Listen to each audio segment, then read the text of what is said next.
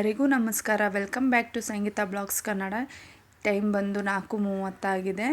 ಇವತ್ತು ಶುಕ್ರವಾರ ಬೆಳಗಿಂದನೇ blog start ಮಾಡ್ತಾ ಇದ್ದೀನಿ. ಶುಕ್ರವಾರ ಆಗಿರೋದ್ರಿಂದ ಬೇಗನೆ ಎದ್ದು ಬಾಗಿಲಿಗೆ ನೀರು ಹಾಕ್ಕೊಂಡು ರಂಗೋಲಿ ಬಿಡ್ತಾ ಇದ್ದೀನಿ. ನನಗೆ ರಂಗೋಲಿ ಬಿಡೋಕ್ಕೆ ಬರೋದಿಲ್ಲ, ಹೇಗೆ ಬರುತ್ತೋ ಹಾಗೆ ಬಿಡ್ತಾ ಇದ್ದೀನಿ. ಯಾರು ಏನೂ ಅನ್ಕೋಬೇಡಿ.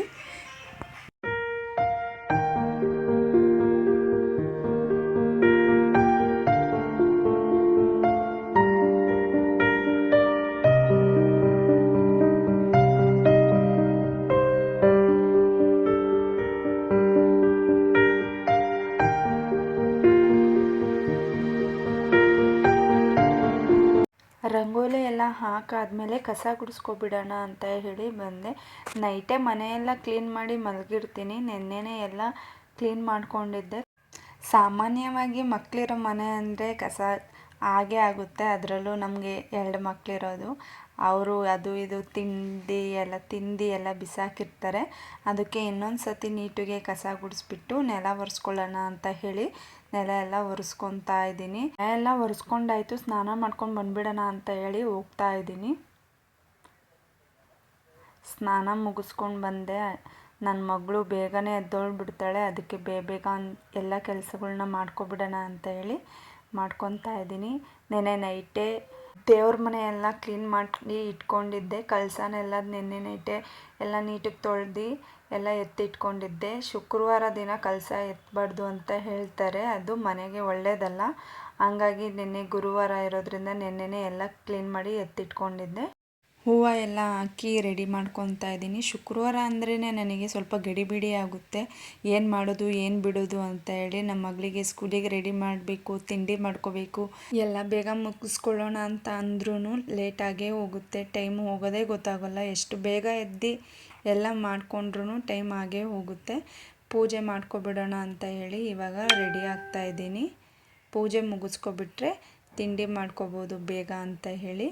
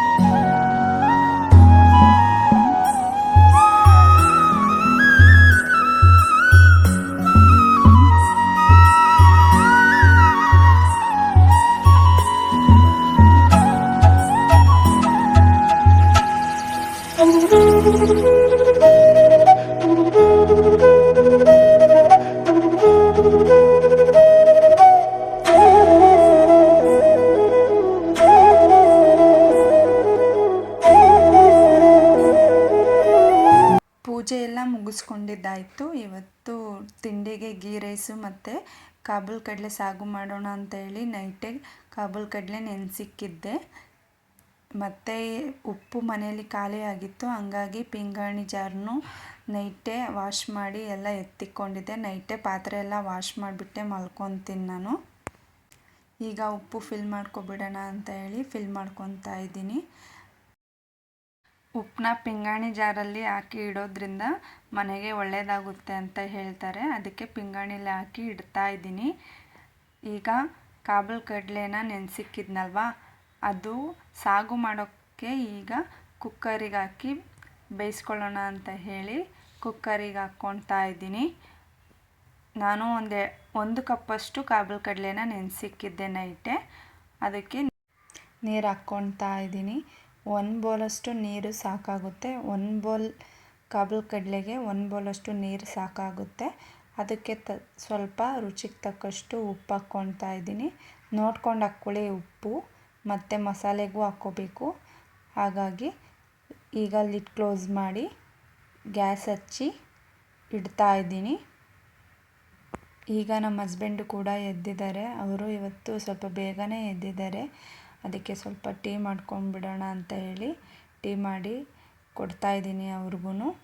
ನಾನು ಸ್ವಲ್ಪ ಹಂಗೆ ಬಿಸಿನೀರು ಕುಡಿದ್ಬಿಡೋಣ ಅಂತ ಹೇಳಿ ಬಿಸಿನೀರು ಕುಡಿತಾ ಇದ್ದೀನಿ. ಇವತ್ತು ವೆದರು ತುಂಬ ಚಳಿ ಜಾಸ್ತಿ ಇದೆ, ಹಾಗಾಗಿ ನಾನು ಇವತ್ತು ಬರೀ ನೀರು ಕುಡ್ದು ಟೀ ಕುಡಿತಾ ಇದ್ದೀನಿ.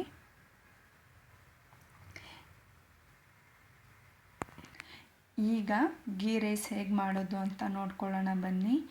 ಈಗ ಒಂದು ಕುಕ್ಕರಿಗೆ 2 ಟೀ ಸ್ಪೂನಷ್ಟು ಎಣ್ಣೆ, ಅಡುಗೆ ಎಣ್ಣೆ ಮತ್ತು 2 ಟೀ ಸ್ಪೂನಷ್ಟು ತುಪ್ಪ ಹಾಕ್ಕೊತಾ ಇದ್ದೀನಿ.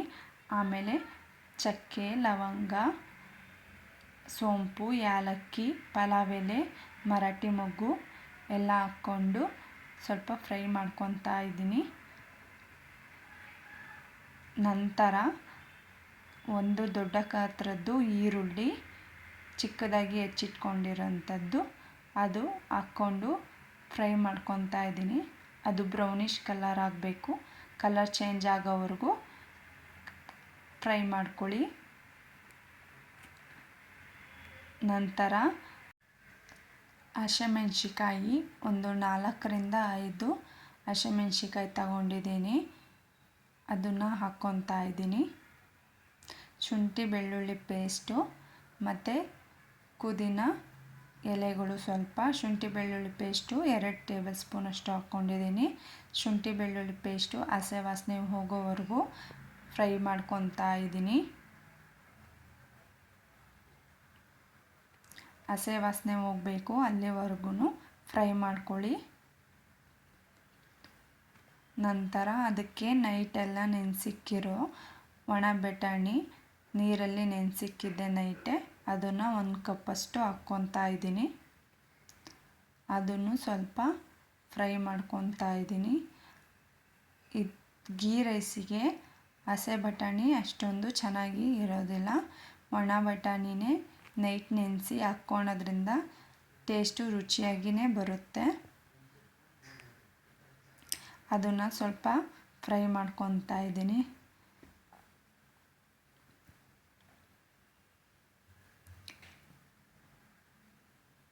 ನಂತರ 2 ಗ್ಲಾಸಷ್ಟು ನೀರು ಹಾಕ್ಕೊತಾ ಇದ್ದೀನಿ. ಹಾಗೆ 1 ಗ್ಲಾಸಷ್ಟು ಹಾಲು ತಗೊಂಡಿದ್ದೀನಿ, ಹಾಲು ಹಾಕ್ಕೊತಾ ಇದ್ದೀನಿ. ಗೀ ರೈಸಿಗೆ ತೆಂಗಿನ ಹಾಲು ಹಾಕ್ಕೊಂಡ್ರೂ ತುಂಬಾ ರುಚಿಯಾಗಿರುತ್ತೆ, ಆದರೆ ನನಗೆ ಟೈಮ್ ಇರಲಿಲ್ಲ, ಹಾಗಾಗಿ ನಾನು ಮಾಮೂಲಿಯಾಗಿ ಹಾಲೇ ಹಾಕ್ಕೊತಾ ಇದ್ದೀನಿ. ಹಾಲು ಹಾಕ್ಕೊಂಡ ನಂತರ ಸ್ವಲ್ಪ ಮಿಕ್ಸ್ ಮಾಡ್ಕೊಳ್ಳಿ.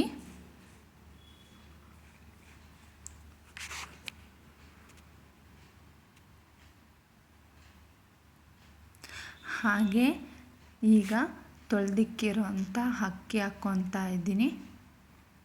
ನಾನು 1 ಕಪ್ ಅಕ್ಕಿ ತಗೊಂಡಿದ್ದೀನಿ, ನಮಗೆ ಸಾಕಾಗುತ್ತೆ. ಹಾಗೆ ಸ್ವಲ್ಪ ಉಪ್ಪು ಹಾಕ್ಕೊಂಡು ಕ್ಲೋಸ್ ಮಾಡಿ 2 ವಿಷಲ್ ತೆಗೆಸ್ಕೊಳ್ಳಿ ಸಾಕು. ಹಾಗೆ ಈ ಕಡೆ ಸಾಗುಗೂ ರೆಡಿ ಮಾಡ್ಕೊತಾ ಇದ್ದೀನಿ.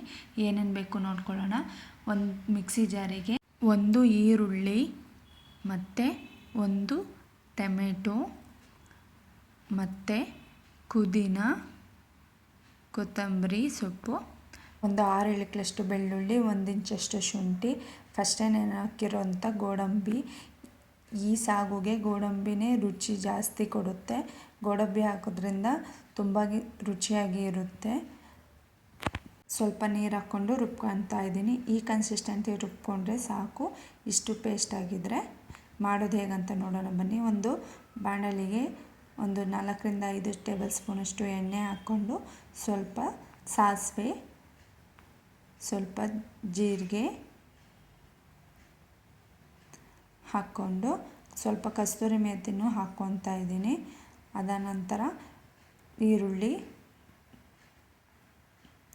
ಈರುಳ್ಳಿ ಸ್ವಲ್ಪ ಕಲರ್ ಚೇಂಜ್ ಆಗೋವರೆಗೂ ಹುರ್ಕೊಂಡು, ನಂತರ ಇಟ್ಟಿರುವ ಮಸಾಲ ಹಾಕ್ಕೊಂಡು ಸ್ವಲ್ಪ ಅದರ ಹಸಿ ವಾಸನೆ ಹೋಗೋವರೆಗೂ ಬಾಡಿಸ್ಕೋಬೇಕು.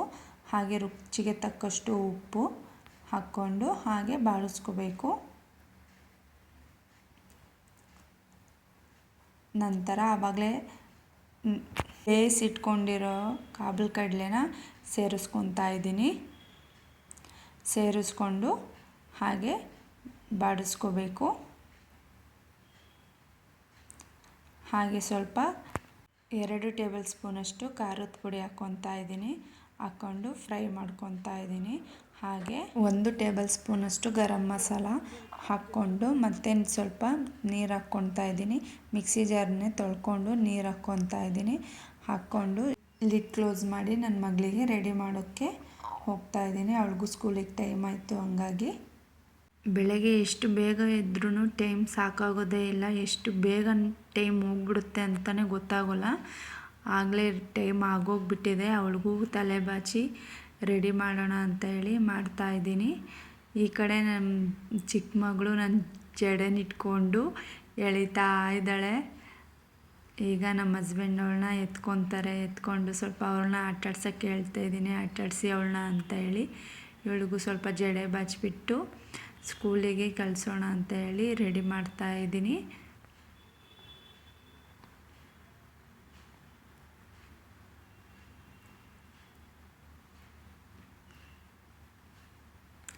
ಮಕ್ಕಳನ್ನ ನೋಡ್ಕೊಳ್ಳೋದೇ ದೊಡ್ಡ ಸಾಹಸ ಆಗಿಬಿಡುತ್ತೆ. ಬೆಳಗ್ಗೆಯಿಂದ ಸಂಜೆವರೆಗೂ ಇವಳನ್ನೂ ನೋಡ್ಕೋಬೇಕು, ಅವಳನ್ನೂ ನೋಡ್ಕೋಬೇಕು.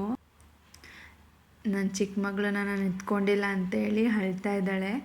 ಅವಳನ್ನ ಸ್ವಲ್ಪ ಮುದ್ದು ಮಾಡಿಬಿಟ್ಟು ಮಿಕ್ಕಿದ ಕೆಲಸ ಮಾಡ್ಕೊಳ್ಳೋಣ ಅಂತೇಳಿ ಹೋಗ್ತಾ ಇದ್ದೀನಿ.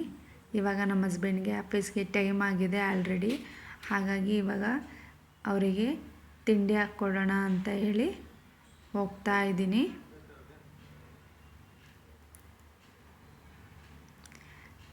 ನೋಡಿ ಹೇಗೆ ಬಂದಿದೆ ಕಲ್ಲರು, ಎಷ್ಟು ಚೆನ್ನಾಗಿ ಕಾಣಿಸ್ತಾ ಇದೆ. ತುಂಬಾ ರುಚಿಯಾಗಿತ್ತು ಮಾತ್ರ. ಇನ್ನೂ ತಿನ್ನಬೇಕು ಅಂತ ಅನಿಸುತ್ತೆ, ಅಷ್ಟು ರುಚಿಯಾಗಿರುತ್ತೆ. ನೀವು ಮಿಸ್ ಮಾಡದೆ ಟ್ರೈ ಮಾಡಿ. ಗೀ ರೈಸು ಅಷ್ಟೇ ಎಷ್ಟು ಚೆನ್ನಾಗಿ ಕಾಣಿಸ್ತಿದೆ ನೋಡಿ. ಕಲ್ಲರು ಅಷ್ಟೇ ತುಂಬಾ ರುಚಿಯಾಗಿದೆ. ಮಿಸ್ ಮಾಡದೆ ನೀವು ನಿಮ್ಮ ಮನೇಲಿ ಟ್ರೈ ಮಾಡಿ. ನಮ್ಮ ಹಸ್ಬೆಂಡು ಮತ್ತು ನನ್ನ ಮಗಳು ತಿಂಡಿ ಮುಗಿಸ್ಕೊಂಡು ಆಫೀಸ್ಗೆ ಹೋದ್ರು. ನಾನು ಹಾಗೆ ಕಿಚನ್ ಕ್ಲೀನ್ ಮಾಡ್ಕೊಂಬಿಡೋಣ ಅಂತ ಹೇಳಿ ಕ್ಲೀನ್ ಮಾಡ್ಕೊತಾ ಇದ್ದೀನಿ. ಹಾಗೆ ಸ್ವಲ್ಪ ಪಾತ್ರೆ ಇತ್ತು ಬೆಳಗ್ಗೆ ಅಡುಗೆ ಮಾಡಿರೋದು, ಅವನ್ನೆಲ್ಲ ತೊಳ್ಕೊತಾ ಇದ್ದೀನಿ. ಬೆಳಗ್ಗೆ 9 ಗಂಟೆ ಆದ್ರೂ ಎಷ್ಟು ಕೋಲ್ಡ್ ಇದೆ ಅಂದರೆ ನೀರು ಫ್ರಿಜ್ಜಿಂದ ತೆಗ್ದು ಇಡೋಷ್ಟು ಕೋಲ್ಡ್ ಇದೆ. ಹಾಗೆ ನನ್ನ ಮಗಳಿಗೆ ಸ್ವಲ್ಪ ಸರಿ ಮಾಡ್ಕೊಬಿಡೋಣ ಅಂತೇಳಿ ಮಾಡ್ಕೊತಾ ಇದ್ದೀನಿ. ನಾವು ಮನೇಲೇ ಮಾಡಿರೋಂಥ ಸರಿನ ಯೂಸ್ ಮಾಡ್ತೀನಿ. ನಾನು ಅಂಗಡಿಯಿಂದ ಏನು ತರೋಕ್ಕೆ ಹೋಗಲ್ಲ. ನಾವೇ ಮನೇಲಿ ರಾಗಿ, ಆಮೇಲೆ ಡ್ರೈ ಫ್ರೂಟ್ಸ್, ಆಮೇಲೆ ಬೇಳೆಗಳೆಲ್ಲ ಹಾಕ್ಕೊಂಡು ಮಾಡ್ಕೊತೀನಿ. ಅಂಗಡಿದೆಲ್ಲ ಮಕ್ಕಳಿಗೆ ಕೊಡಬಾರ್ದು, ಅಷ್ಟೊಂದು ಒಳ್ಳೆಯದಲ್ಲ. ಹಂಗಾಗಿ ನಾವೇ ಮನೇಲೇ ರೆಡಿ ಮಾಡ್ಕೊತೀನಿ. ನೋಡಿದ್ರಲ್ಲ ಸರಿ ಹೇಗಿದೆ ಅಂತ. ಅವಳಿಗೆ ಈಗ ಊಟ ಮಾಡಿಸ್ತಾ ಇದ್ದೀನಿ. ಅವಳಿಗೆ ಆಟ ಆಡಿಸ್ಕೊಂಡು ತಿನ್ನಿಸೋದೇ ನನಗೆ ಒಂದು ದೊಡ್ಡ ಟಾಸ್ಕ್ ಆದಂಗೆ ಆಗುತ್ತೆ. ಅವಳು ಆ ಕಡೆ ಈ ಕಡೆ ಓಡಾಡ್ತಿರ್ತಾಳೆ. ಓಡೋಗಿ ಎತ್ಕೊಂಬಂದು ಅವಳನ್ನ ತಿನ್ನಿಸ್ಬೇಕು.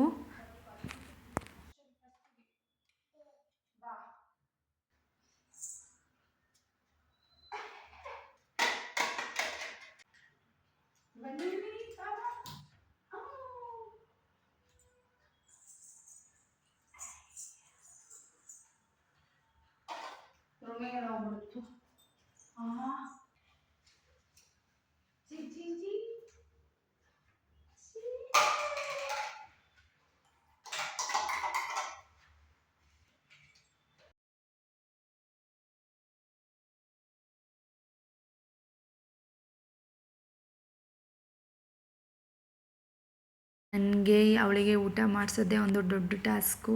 ಊಟ ಮಾಡಿಸ್ಬಿಟ್ಟು ಸ್ನಾನ ಮಾಡಿಸಿ ಮಲಗಿಸ್ಬಿಟ್ಟಿದ್ದೀನಿ. ಈಗ ಮೀಶೋನಲ್ಲಿ ಒಂದು ಪ್ರಾಡಕ್ಟ್ ಬುಕ್ ಮಾಡಿದ್ದೆ, ಅದು ಬಂದಿದೆ. ಅದಕ್ಕೆ ಈಗ ಕ್ವಾಲಿಟಿ ಚೆಕ್ ಮಾಡ್ಕೊತಾ ಇದ್ದೀನಿ ಹೇಗಿದೆ ಅಂತ ಹೇಳಿ. ಅದು ಲೆಹಂಗಾ ದಾವಣಿಗೆ ಹಾಕ್ಕೊತೀವಲ್ವ, ಅದು ಒಳಗಡೆ ನೆಟ್ಟೆಡ್ ಥರ ಹಾಕ್ಕೊತೀವಲ್ಲ, ಅದನ್ನು ಚೆಕ್ ಮಾಡ್ಕೊತಾ ಇದ್ದೀನಿ. ಪರವಾಗಿಲ್ಲ, ಕ್ವಾಲಿಟಿ ಚೆನ್ನಾಗಿದೆ. 450 ರುಪೀಸ್ ಇದು. ನೆಟ್ಟೆಡ್ ಎಲ್ಲ ಚೆನ್ನಾಗಿದೆ, ದೊಡ್ಡದಾಗೆ ಕೊಟ್ಟಿದ್ದಾರೆ, ಅಂಬ್ರೆಲಾ ಟೈಪು.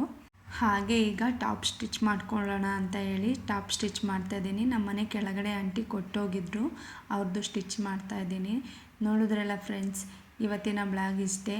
ನಿಮಗೆ ಸ್ವಲ್ಪ ಆದರೂ ಇಷ್ಟ ಆಗಿದ್ದರೆ ಪ್ಲೀಸ್ ಲೈಕ್ ಮಾಡಿ, ಶೇರ್ ಮಾಡಿ, ಕಮೆಂಟ್ ಮಾಡಿ. Thank you.